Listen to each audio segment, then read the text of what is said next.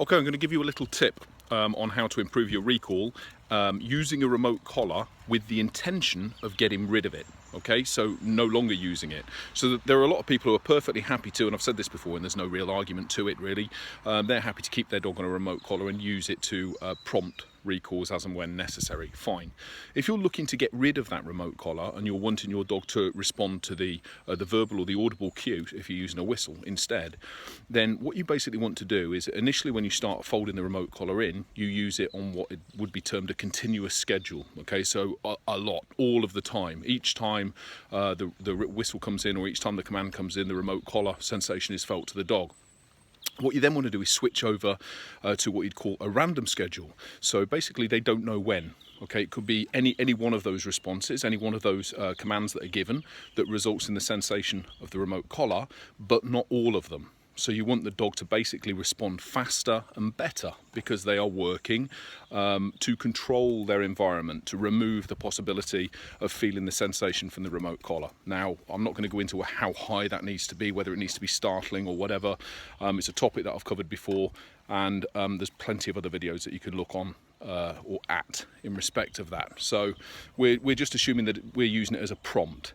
Now when I switch that over to as soon as possible, as soon as I'm seeing that the dog is relatively reliably responding when I use a remote collar in a favourable way, so they're coming back, then I want to switch over to this random schedule. And when I get the dog out and I've decided, okay, this is what I'm going to do, the very first, this is the point that I want to make, the very first recall that I do isn't prompted or followed by a remote collar in any way. Okay, so the first one of the session is a natural, fully natural recall because it will assess where my dog is. It will assess what my dog understands at that point.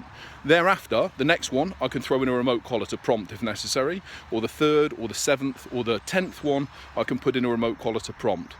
But if I put in the remote collar on the first one, if I use the sensation of the remote collar on the first one of that training session, then what I'm going to get is I'm going to get a dog that for the remainder of that training session is giving me a false impression of success because they are responding due to the fact that the initial recall included the sensation of a remote collar, okay, which will basically trigger a memory in them and cause the responding.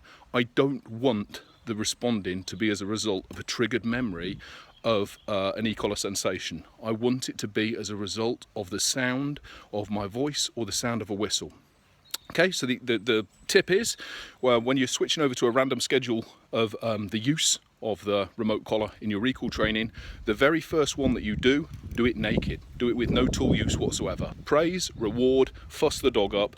Then if you need to, if you want to, bring it in again a couple of times over during that session. But look to have a lot more recalls without than you have with. Okay, hope that's helpful. Cheers.